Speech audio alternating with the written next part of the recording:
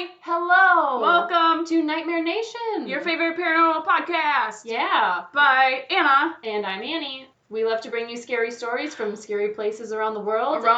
And all the haunted and horrific histories associated with said scary places. They're super cool. Super cool. Super scary. Such scary things happening. Such scary. With ghosts and demons and Ouija boards and paranormal specters. Yes. All that good stuff. Mm-hmm. So we want to take you basically on a giant tour of all the horrible, horrible places in the world that we're practically your tour guides. Basically.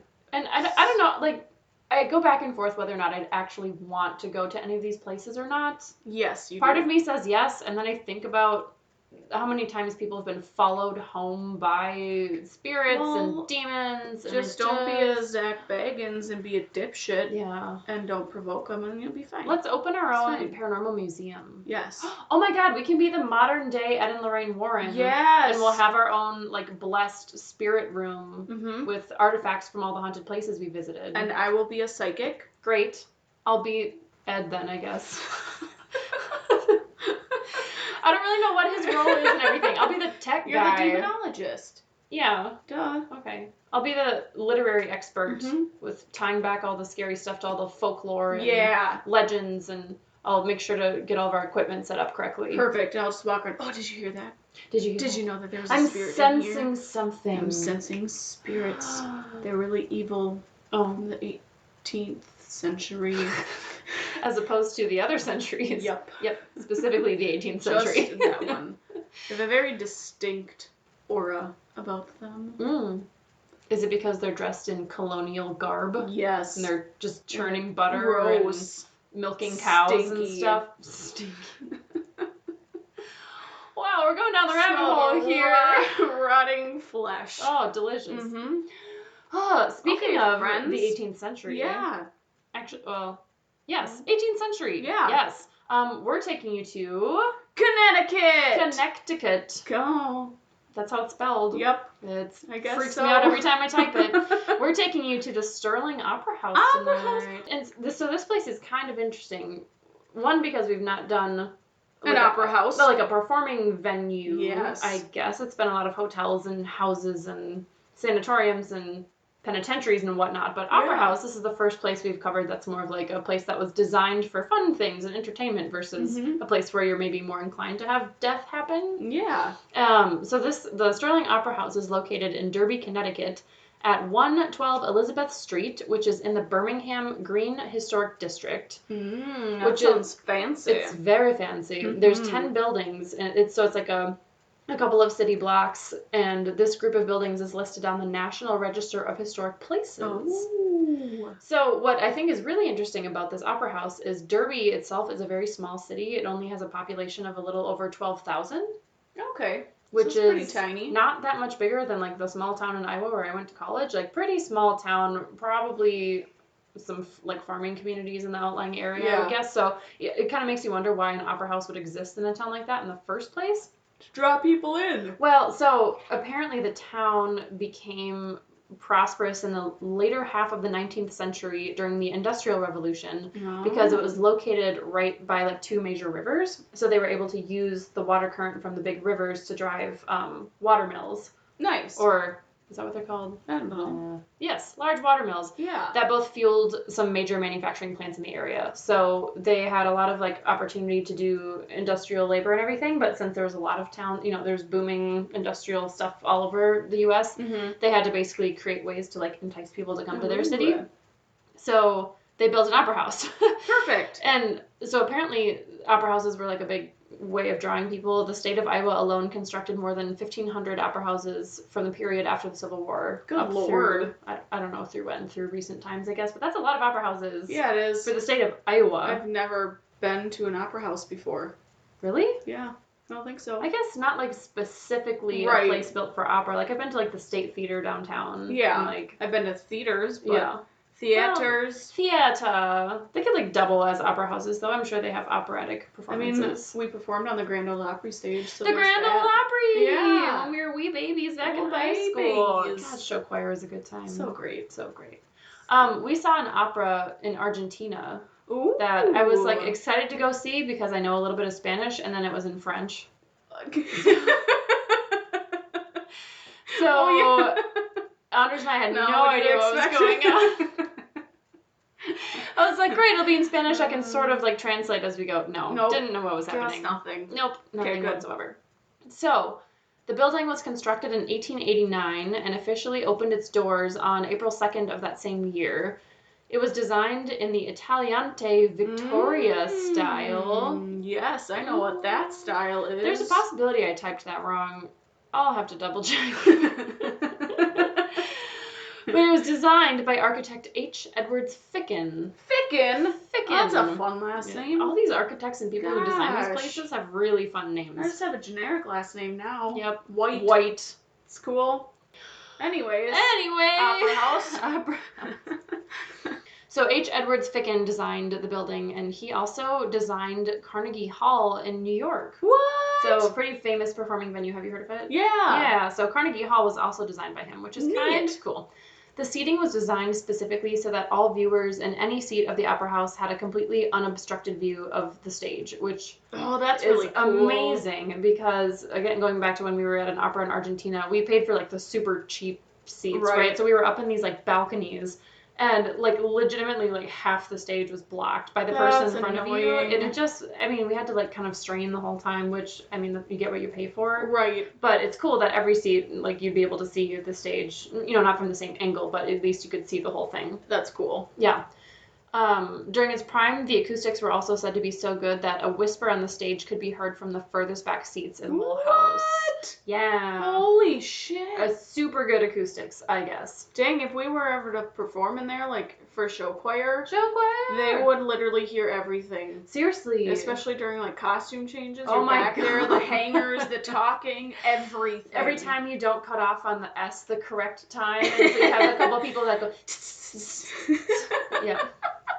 Shit. Precisely. Oh, gosh. Yeah, so that would probably not be good for us. No. But it kind of blows my mind. They, like, built this in the late 1800s, and they had a good enough working understanding of, like, acoustics. Right. To be able to build something. That's impressive. Where you can hear everything from the back. It's just, it's cool that they're able to do that. Like, I don't know. Architecture is pretty cool. It's pretty neat. Yeah. Lots of science. Yeah. Physics. Yep.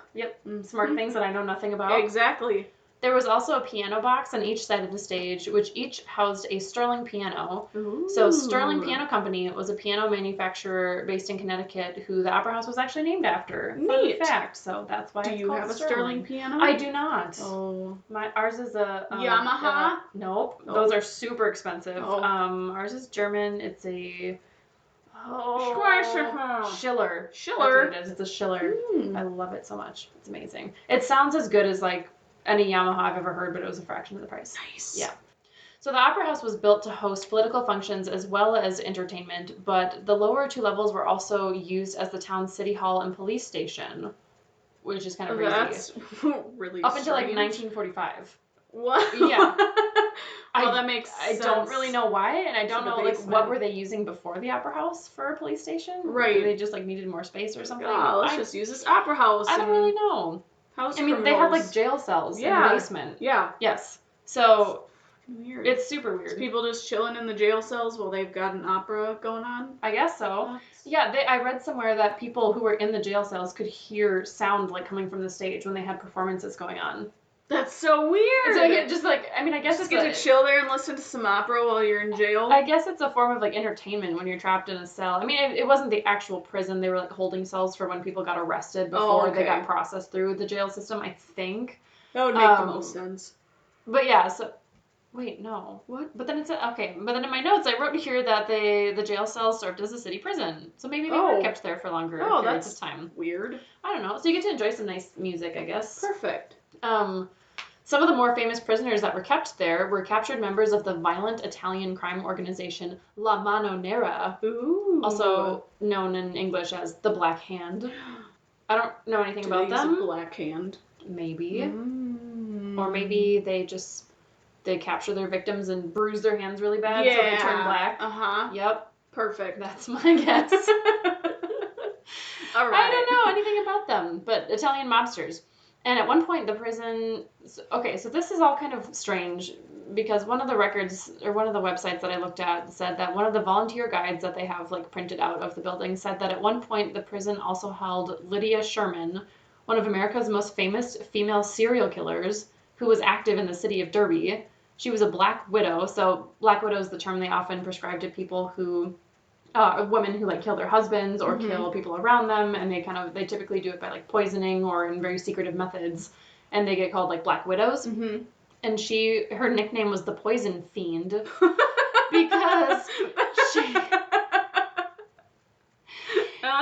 she poisoned 11 different victims with arsenic, including 3 of her own husbands. So she was married multiple times. Good Lord. And 8 children. 6 of which were her own. So she had like other children in her care, I guess, that were also poisoned. So 11 people. Dude, calm down, woman. Crazy. Fuck. 6 of her own children. Gee, like how? Why? And then you're married 3 times and you decide that you want to kill all of your husbands. Yeah, I don't really know what goes on in your brain to want to do that. I mean, maybe the husband was cheating and she got pissed off and killed him. Yeah, but just don't do that. Just say bye. Well, and it kind of goes back to like the story that you talked about with the Glen Sheen mansion. Like maybe if she wanted money, she would like murder them and take their money. I don't know, but she had 6 children. But how did she not get caught so quickly? I read a little bit about this. I don't remember exactly what they said. They weren't very good at like diagnosing. I mean, when they did autopsies, they didn't know how to like test for arsenic, I think. Oh, I suppose. So some of them, they just said they died of like natural causes. Yeah, or like consumption or something. I can't remember. Okay. I might be blending that with another story that I heard recently. I'm not totally sure. I'll have to look.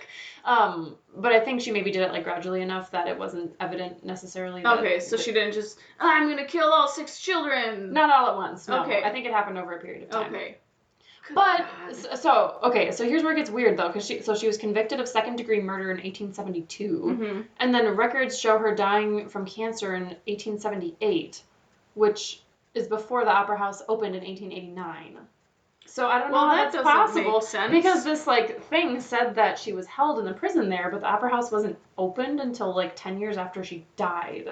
So she probably wasn't there unless it used to be a different building. Well, that's what I'm wondering. Is it possible that maybe the sublevels existed, or maybe it was under construction for a really long time and they like were using the prison cells before they officially opened it as an opera house to the public? It could have been. Maybe that's the only thing I can think of, because right, I'm like, well, hold on. That timeline doesn't work. I may not be good at math, but right. Something about those years just doesn't make sense. Huh. So weird. It may or may not have been the prison of a famous Black Widow poisoner, serial killer. That's fun. Poison Fiend. Poison Fiend. That's a sweet-ass nickname. Right? Jeez.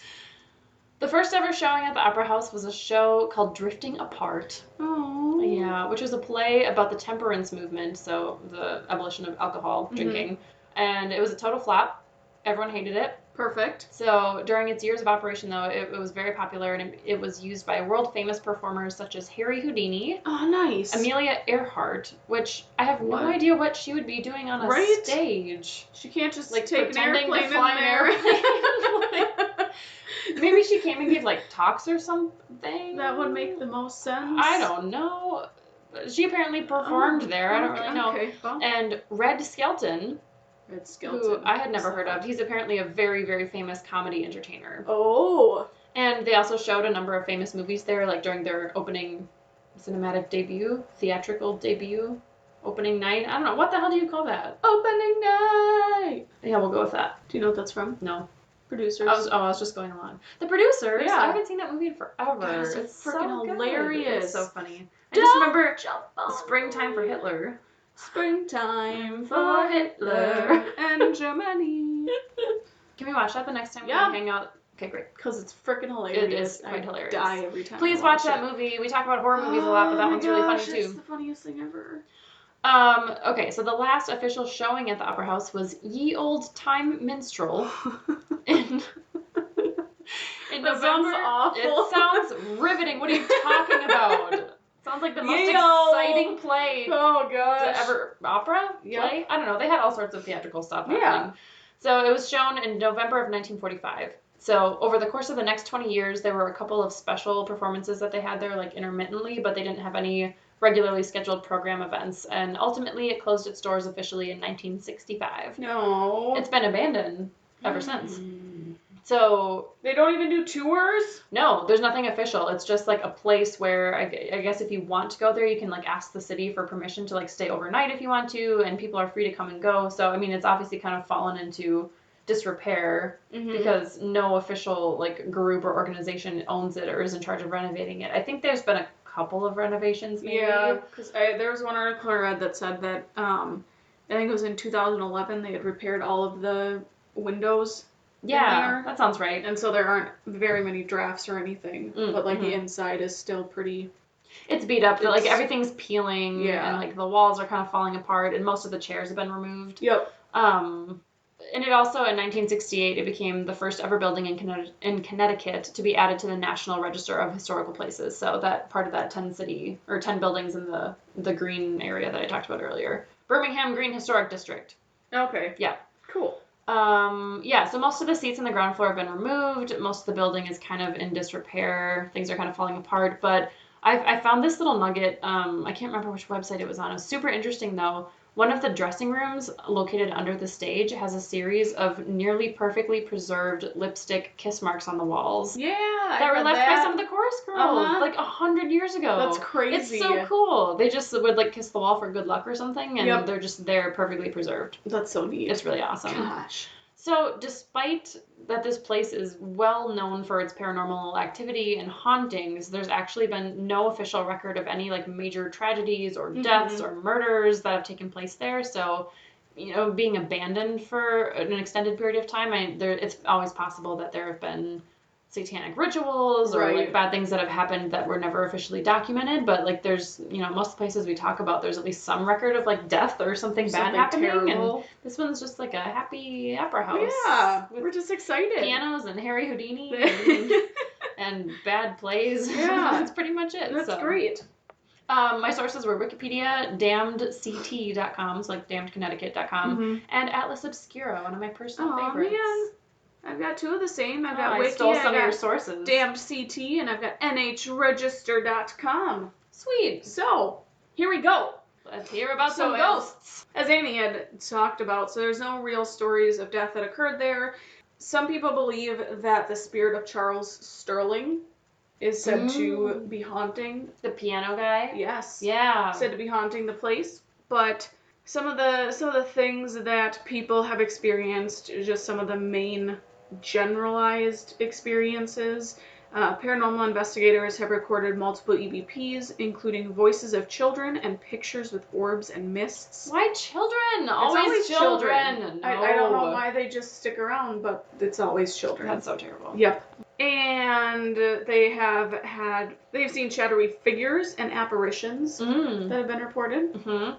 They have also found a picture that shows a spirit of a woman in Victorian clothes with a child.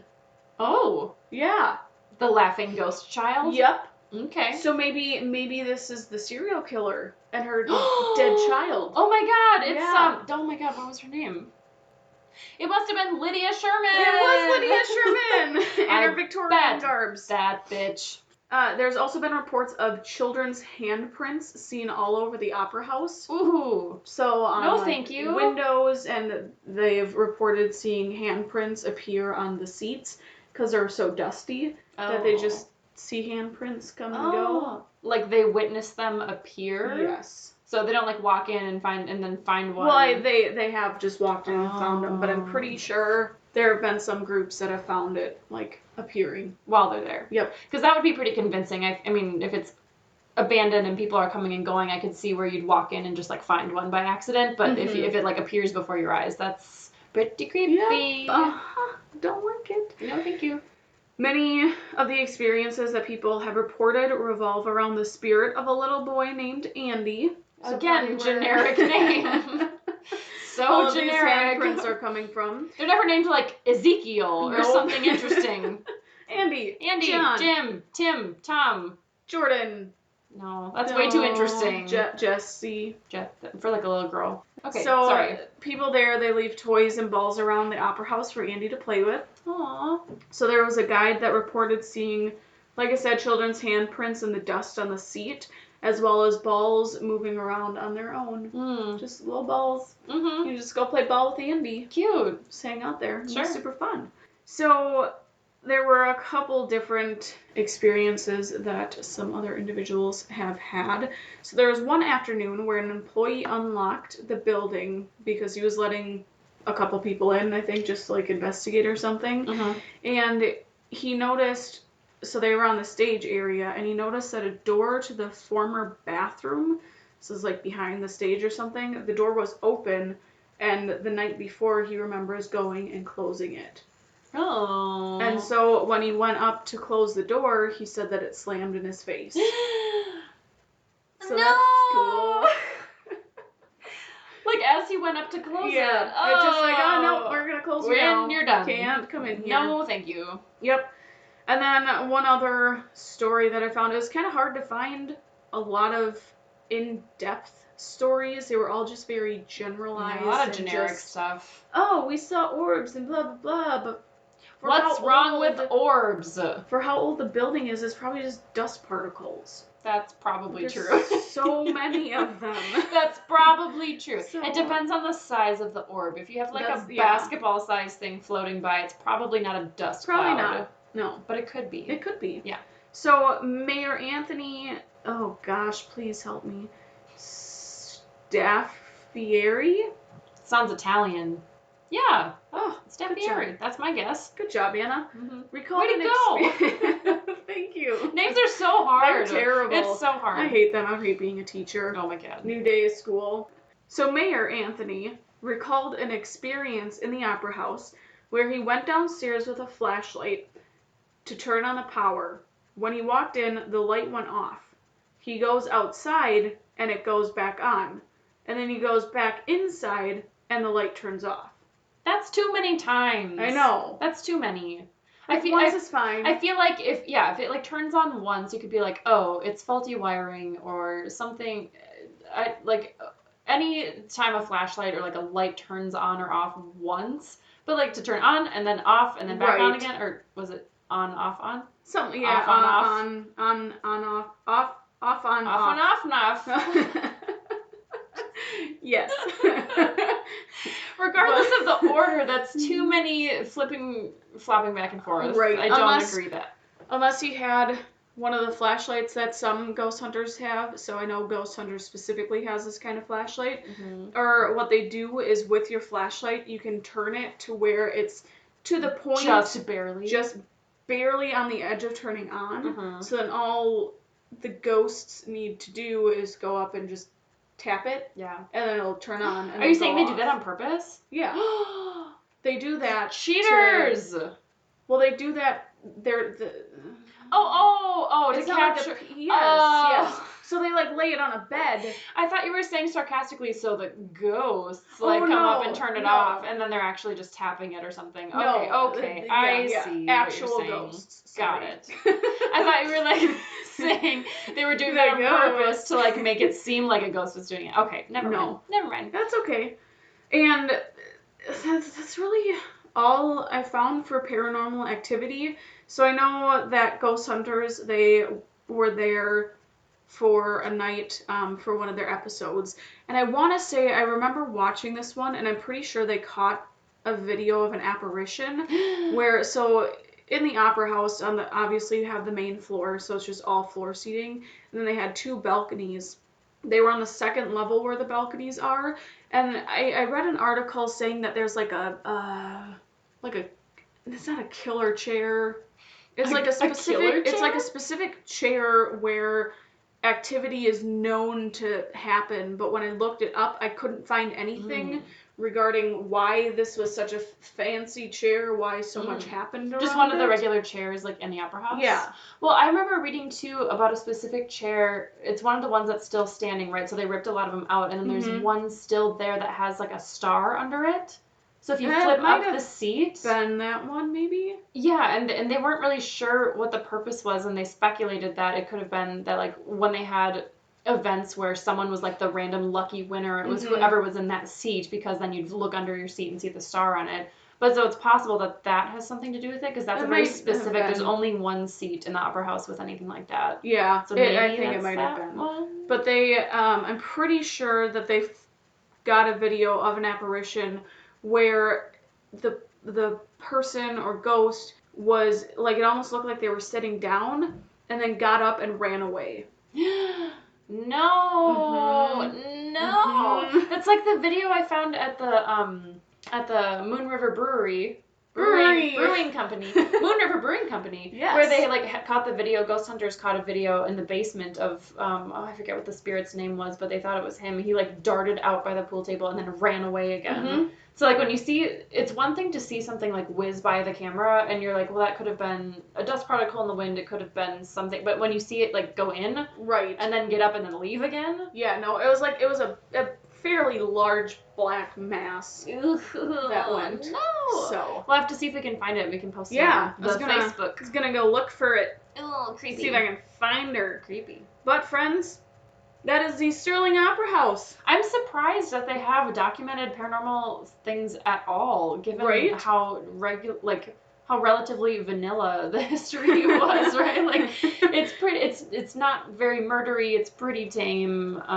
Again, when you have something abandoned for 60 plus years, then there's a whole lot of things that can happen that fly under the radar, but it's just surprising that there's been so many documented cases of things. Right. And like, why a little child? It's always children. Why Andy with a ball? Like, was there some child that like... I mean, he could have just died in there. Maybe he got stuck or something. Maybe he was also one of Lydia Sherman's poison Could have victims. Maybe she had a son named Andy. Yeah, probably did. Let's look it up. And now she's just stuck there. Yeah. But then she may or may not have actually ever been there, depending on the timeline. Right. So, you never know. Yeah. See if So, we can friends. find her out. All right, friends. Send in your stories. Send them in. We want to hear them. Send them Please. to nightmarenation19@gmail.com. Yes. We want to know about anything creepy or unexplainable, and it doesn't have to be paranormal. It can No. be anything, really. Any interesting, good story about something that is scary or can't be explained. Mm-hmm. We want to hear about it. I want to hear everything. We will feature it on the podcast. Yeah, we will. Yeah. With your permission, of course. Yes. Follow us on Facebook and the Instagram. Yep. Facebook, Nightmare_19. Nightmare_Nation19. There you go. Instagram, Nightmare.Nation19. Yep. Find us there. Like us. Comment on things. Yep. Subscribe. Leave us a review. If you have any suggestions on places you'd like to see covered or hear covered, I guess. Yeah. Send them in. We are open to suggestions. Let too. us We've know. gotten a couple of good ones. The Villisca Axe Murder House Yep. and the West Hills Orphanage in Owatonna have both been great suggestions. Yeah. So keep them coming. We love it. It's And make sure you don't be stupid and use a freaking Ouija board. Don't use Ouija boards. Don't do it. Bitches. If we find out that any of you have used one, You're blocked from listening to our podcast. we will block you. Yep. We will hack all of your accounts. Yep. Steal your identity. Uh-huh. Force you to go live on a remote island Yep. somewhere where you won't be haunted by demons. Yeah, because we have access to all of that. We sure do. Yeah. We're not tech savvy at all. No. So. Nope, I don't even know how to properly edit audio. It's fine. I'm still learning. So. All right, friends. All right. Enjoy your night. Stay safe. Don't Go get possessed. Forth and don't find ghosts. No, please go find ghosts. Find what ghosts. are you saying? Go find ghosts. Don't Find use them. Ouija boards, but Yep. please go find ghosts Yes. and have something crazy happen and Yep. then write us and tell us about it. That's exactly what we want. All right. Until Okay. next time. Bye, friends. Bye. Bye.